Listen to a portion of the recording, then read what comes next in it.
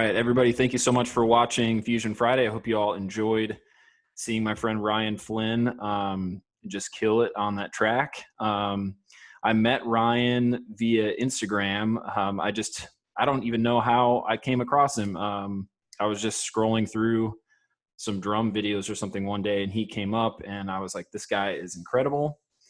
I really like what he's doing. I like that he's passionate and outspoken about his faith. And his drumming is incredible. So I was like, I got to get to know this guy. So we just started talking. And so, Ryan, like, tell us a little bit about yourself. Tell me where you're from and where you live now and all that good stuff. Yeah, cool. Thanks, man, for the kind words.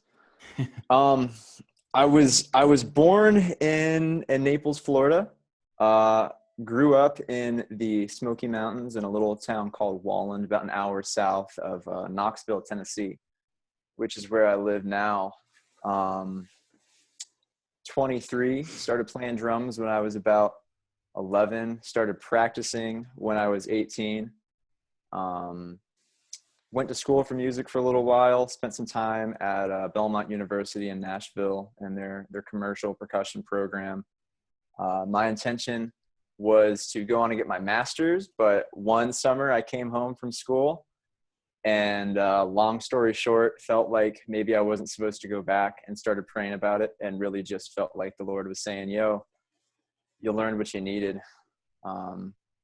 And also I was going to be drowning in debt for a music degree, which good education, but not a fiscally wise decision necessarily. So ended up dropping out. I played professionally for a little while, and I was doing some session stuff, some live stuff. I was teaching lessons. And I was really just like gritting my teeth saying, gosh darn it, I'm going to do this. And a lot of the things that I was doing to just scrape by and survive, I actually didn't enjoy. And the hope all along was if I'm doing music for a living, if I'm spending my time playing drums and stuff, then I'll have so much time and money left over to work on the music that I actually want to do. And that was not the case at all. And I kind of got burnt out from the whole thing after a little while. And, similar to school, prayed about it. And I just felt like I was saying, dog, this is not where I want you. So started working in coffee, and have just been focused on a specific kind of band vision these days. But yeah, I guess that's the quick and dirty of kind of who I am, what I'm about. Nice, man. Yeah, thanks for sharing that. Uh-oh. Okay, my next question for you, Ryan, is talk about what you were doing before like quarantine, and talk about like how like COVID-19 has kind of affected your life, and talk about what you're doing now, like what's changed for you. You can talk about how it's shifted your drumming. You can talk about mentally, spiritually, like how has the pandemic like affected you? Yeah. Gotta kind of think back. Generally, I was working 6 days a week, doing coffee. I was in a gym, really focusing on some kind of powerlifting stuff for the time being. Not so much for the sake of actually doing powerlifting, but more so learning the movements and getting better at understanding my body and how to move properly. Was it like a CrossFit type of a thing, or just your own routine? It was really a simple strength training routine. It's called starting strength. And initially all you're doing is squat, bench, and deadlift. And you'll swap out bench press and a shoulder press. The gym I've been at, there's a lot of like just strong power lifter dudes, and a lot of people who do like MMA stuff. Great gym. If you're in Knoxville, it's called Frankie's Body Shop. Cool spot. Good up for Frankie. Yeah. Yeah, I was there. I had worked with a trainer to fix some mobility problems and stuff, and was continuing down with that. And I was enjoying it, and it was good for me, like physically and mentally and stuff. But I was eating a lot of food with that kind of training routine, which took away some time for practice and music.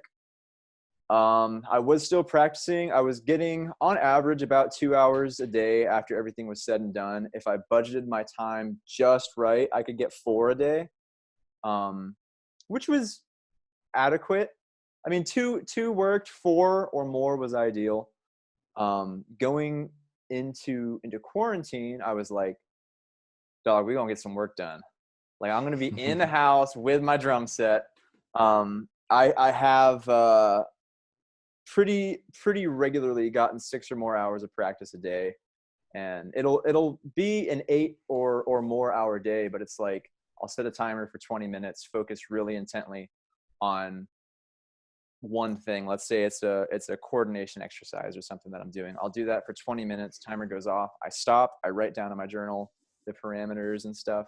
And then I'll go on to my next topic, and I might cycle through 3 things at 20-minute intervals for 2 hours. So I'll get like 6 hours of strict focused practice, but it'll take, from 9 to 7 or something. Going out of quarantine, I've decided to not go to the gym for a while. It was good. It served its purpose, but I don't, at this stage in life, I don't feel like I need to or want to commit that much time and energy towards the gym and something like strength training that won't immediately or directly impact my drumming as much as a more simple kind of mobility, endurance, or body weight focused training routine would. Yeah.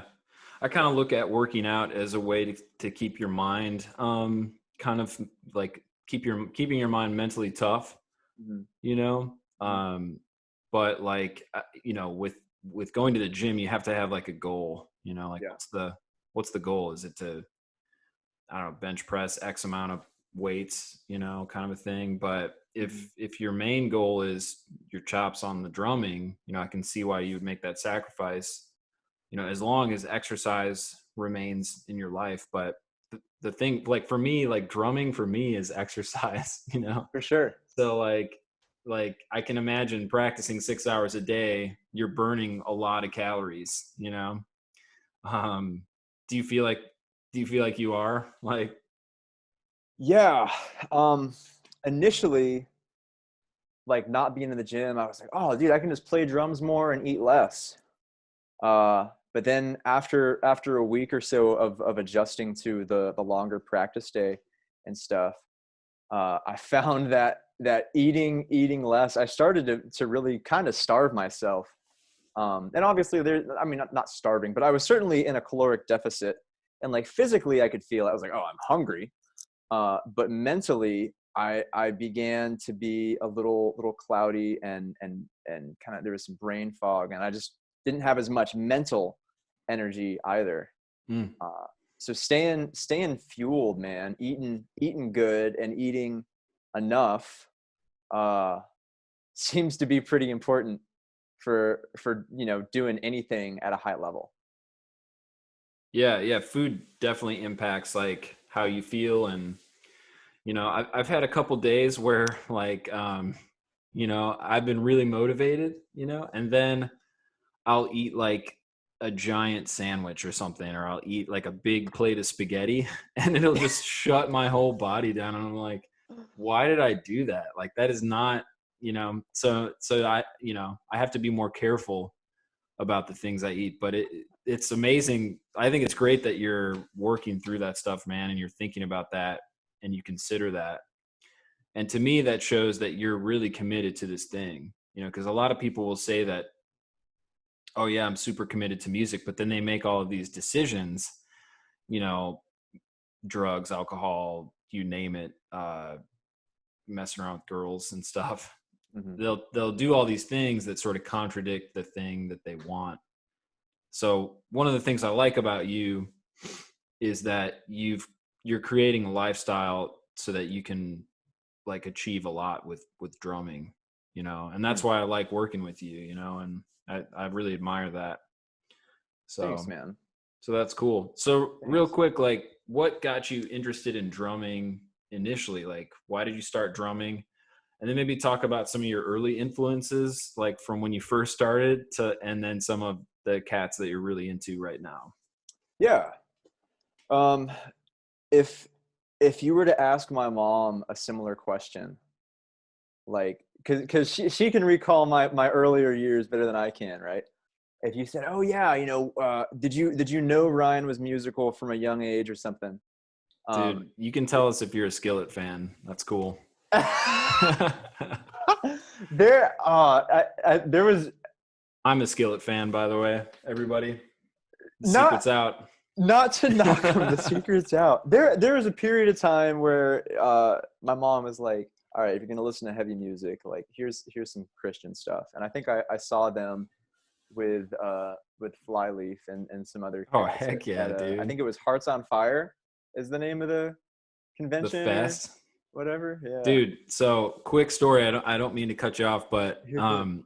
when I first started touring, playing like Christian metal and stuff, you Mm. know, we played Cornerstone and Sunshine, and there's a festival in Kentucky that we played called Purple Door, Huh. and it seemed like every single festival that we were at, anytime we would turn around, it would be like Skillet on stage. Like Skillet was like the ultimate band, man. They were just everywhere. They were killing it. They had that record, whatever record came out with Awaken Alive, Yeah, that's the with one. the mummy on the front and the monster song. Like that record was a banger, dude. That was a smash hit record, you know, Yeah. and that opened up their career, you know. And it to me, I wonder if I would be in music without bands like that. Like Skillet was Hmm. one of my first favorite bands. But Hmm. anyway, that came to mind. I don't know, but I'm more interested in what you what were some of your favorite bands, man? I'm sorry. That's cool. Yeah. So like, um, gosh, I know real young for a long time. For a long time, I was really into um, Tool, Meshuggah, and Lamb of God. As I got older, right? Bro, that's not Christian, man. It is Not not. Christian music at all. It is not. Starting out like real young, mom was like, "Yo, keep it clean," and whatever.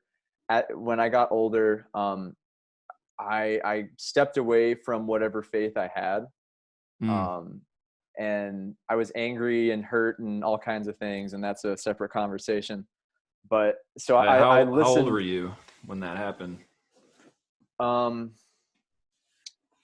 well, a lot of things happened when I was about 7. Um, and I mentioned having started playing drums when I was about 11. Um, and around that same time is when I started to get into heavier music, mainly because of the drums. Oftentimes, heavy music has more interesting drum parts than not.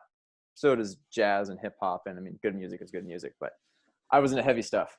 Mm-hmm. Um, and probably around 13 or 14 is when I got super angsty and angry and yeah. Do you think it was because of the music? You were listening to like really dark music? I think that probably had an impact or an influence. I mean, if that because that was more or less all I was listening to, and I know for a while it was like, the heavier and the darker and like angrier the better. Um, Mm. yeah. Uh, when I was 18 and like started to practice for the first time, big big fan of Tool, and like they were my number one, right? If Lamb of God, Meshuggah, and Tool were the top three, Tool was definitely number one. And I had always been a huge fan of Danny Carey, Mm-hmm. uh, even back in like 6th grade or so when I started playing. Um, and through checking his stuff out and studying him, that got me into occultism and a whole thing. And it's a Oh, whole dude. story. Dude, yeah, I'm so interested that you said that, because to me, Tool is the ultimate occult band, you know? Yeah, And like, I don't even know if they know that what they're doing, but to me, I mean, I'm going to piss a lot of people off. I have a lot of friends that are huge Tool fans. sure. But they're an instrument of Satan, in my opinion. But you know, like, but I think for me personally, like as a Christian person, like I was able to at an early age sort of separate enjoying the music from what the message was about. I don't know Sure. how I was able to do that, and I don't think I was always able to do that.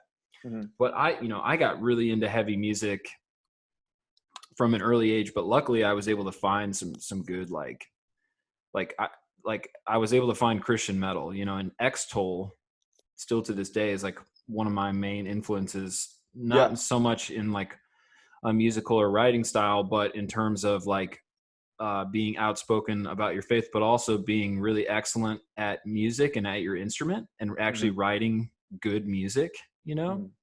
hmm, Because I think Christian musicians often get the reputation that they're either like copying what is already popular, um, and they're just sort of regurgitating stuff that the world does or something like that.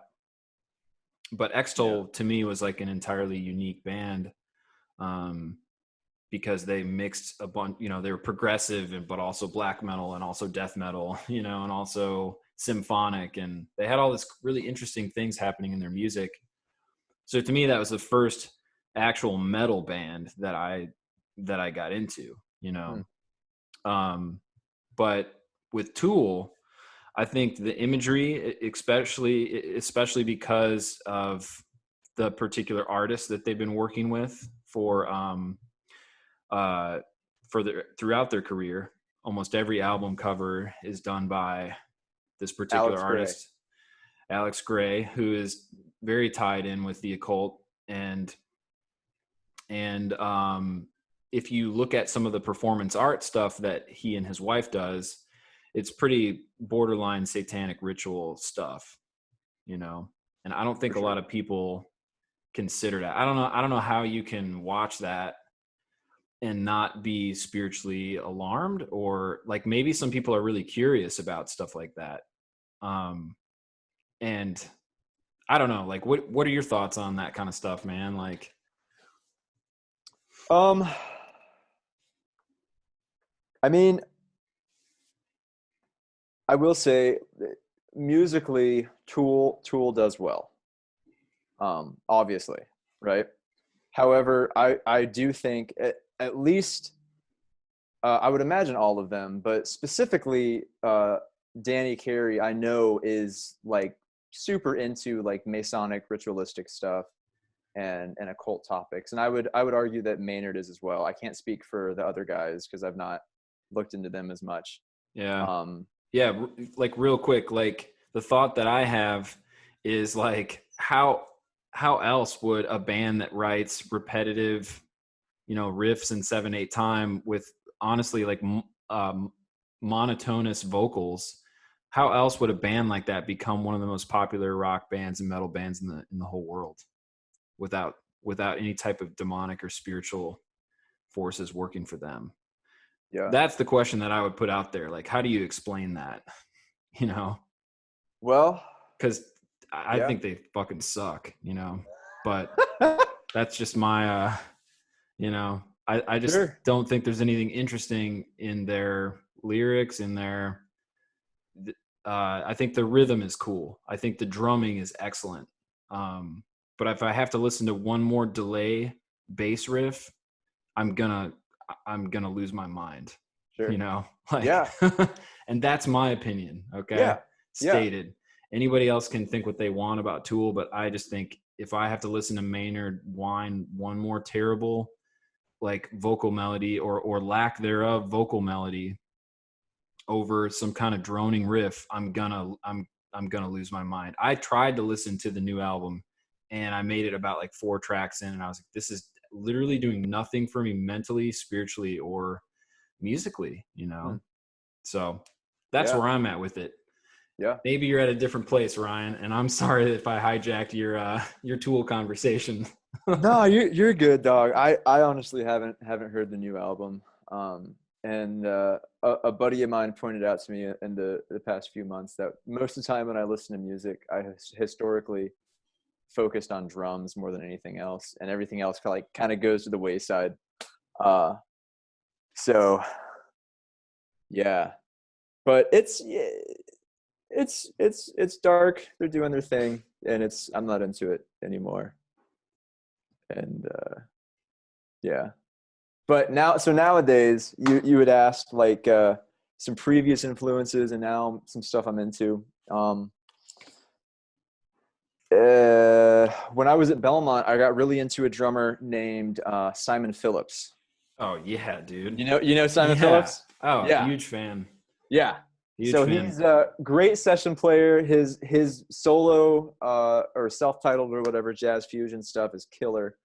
Um, and I really focused on his playing for probably around a year or so. And I think in doing so, developed or built a really good foundation that was groove based. And his thing is like, he might be playing in 15 or whatever, and it might be kind of complex, but he's like, if it doesn't groove, if it doesn't feel good, there's no point.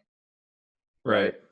Um, from there, here recently, um, after him, I had a really big Matt Garska, Animals as Oh Leaders yeah. What a phase. monster.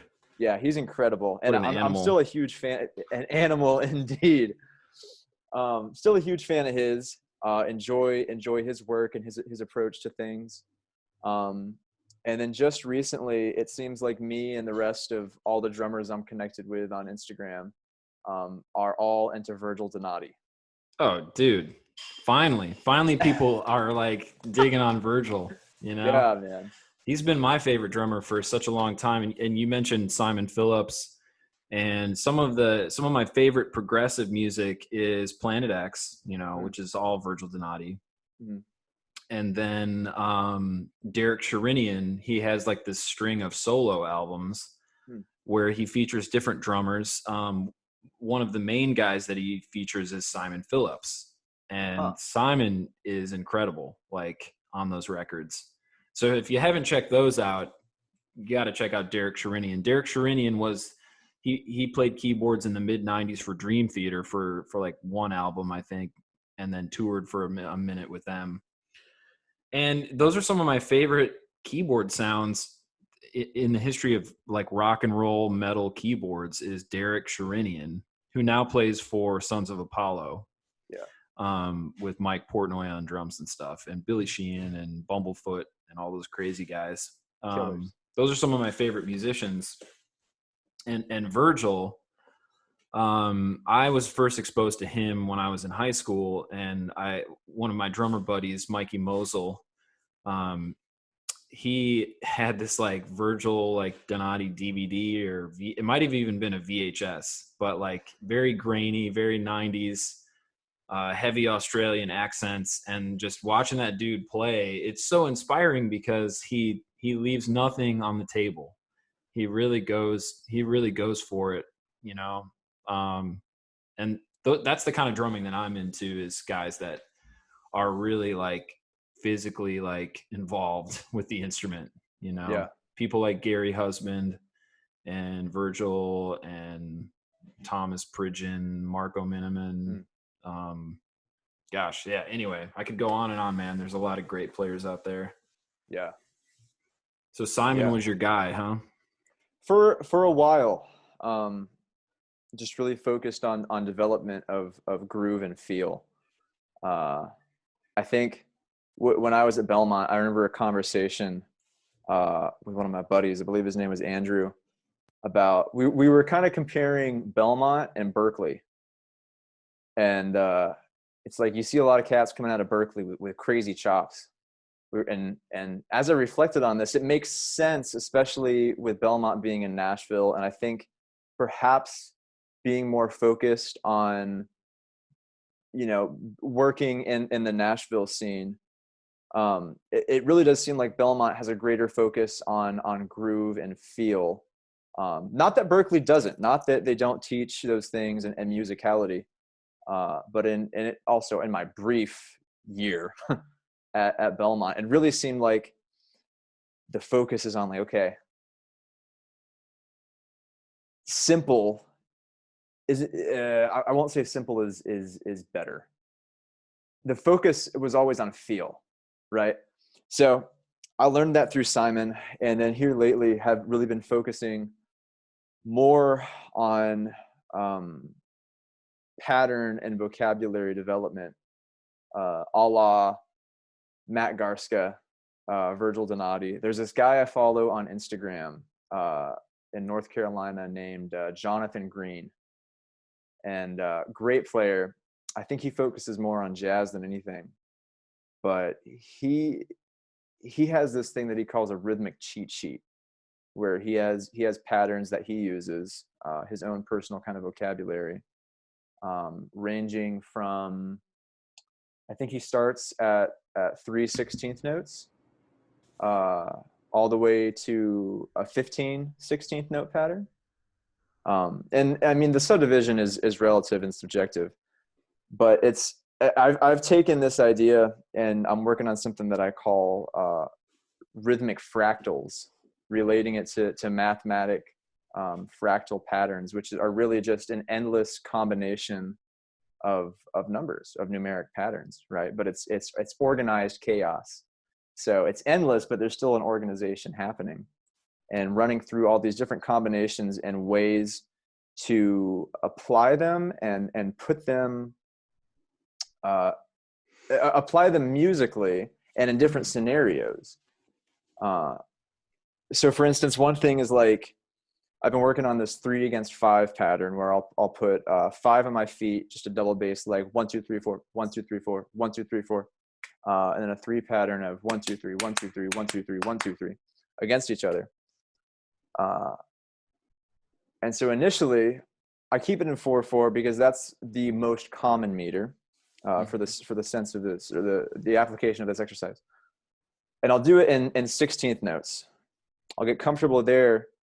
And I'm sitting on some footage that I'll put on Instagram in the next day or so, but I'll put it in quintuplets. Whereas, and so for 4 bars, I'll play 16th notes of whatever groove, and then 4 bars of that pattern, but in quintuplets, and then go back to 16th notes. And after I got really comfortable doing that, went on to sextuplets or 16th note triplets, and then on to septuplets, groups of 7, and then 32nd notes. Being able to take this pattern and put it in these different subdivisions and be super comfortable with it at all these different rates and relationships to a common 16th note. So developing this one piece of vocabulary in a very linear way, whereas simultaneously you could approach it from a kind of horizontal front, in which, you know, you've got 3/5, 4/5, 6/5, 7/5. And so you're getting more vocabulary, but perhaps you're not as familiar with it in all these different applications. And neither one is necessarily better or worse. But at the moment, I'm working on this linear, getting really comfortable with this one thing, and then change it. That's cool, man. So that sounds exciting. I love that stuff. I love metric modulation and polyrhythms, you know, all that good stuff. Yeah. Well, dude, cool, talk a little bit, talk a little bit about some of your goals as a drummer. Some of my goals. Like what do you want to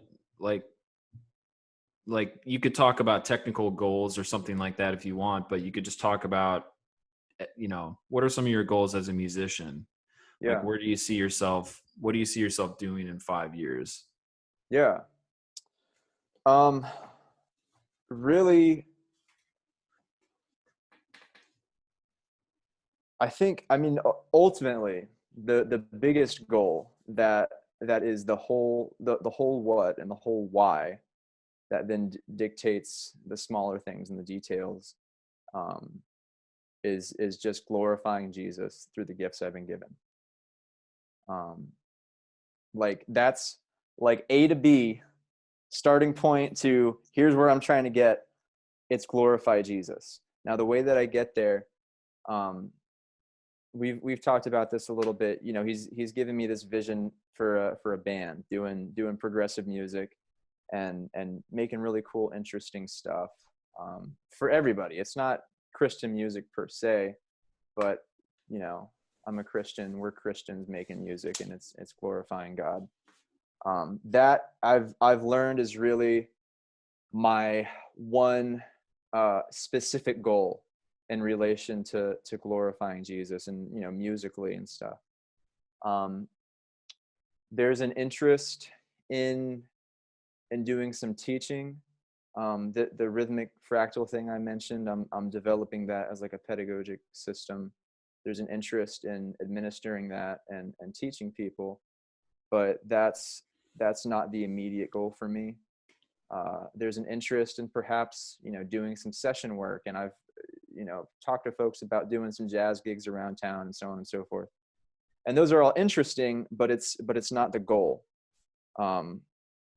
And for instance, when I was playing a bunch of gigs and doing all that, I found that I was just getting sidetracked by saying, oh, well, I'm going to work on this and this and this and this and this and this and this. So I've just streamlined it and said, okay, here's what I'm focusing on, and I'm going to get there. And if something else develops naturally in a way that I can still focus on this, sure. But at least for now, I want to get the goal, the band, to glorify God done, or at least really moving forward, before focusing on other things. Dude, good answer, man. Thanks. It's a good answer. Yeah, man.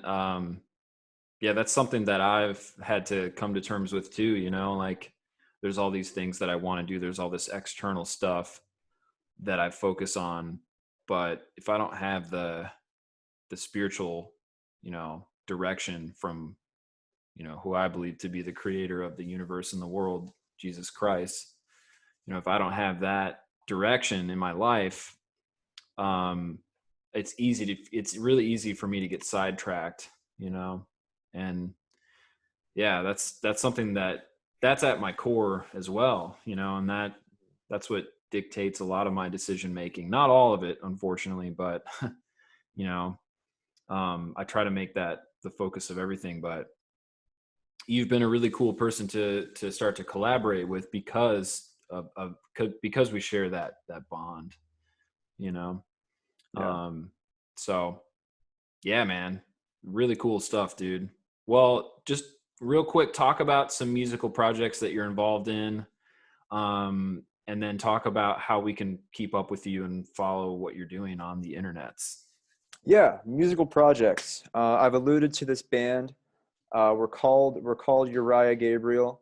We're based here in Knoxville, Tennessee, but we've been talking with a Mr. Drew Creal, whom you may know, about working together on Heck yeah. that. It's like a progressive metal jazz fusion thing, concept based. Each song in the album's a different story, and so the scene and the story really dictates the music. So some songs are more heavy, aggressive, chaotic. Others are a little more poppy, or like a CCM thing or a jazz fusion thing. So lots of variety. Yeah, man, I'm really stoked. Yeah. So like last week I had a meeting with Ryan and John Michael, the vocalist, and we just kind of talked about the vision for the band and the music. And it seems like we're going to be doing a lot of writing, you know, remotely, for obvious reasons with the pandemic, but also for practical reasons. So yeah, I'm going to be starting to write some riffs in the coming days and weeks, for this band. And a few of the songs are already written, but I'm going to also contribute. So I'm really excited about that. So yeah, man, thanks for being interested in working with me in that capacity. And I'm also looking forward to getting you to play on more Fusion Friday tracks. Yeah, man.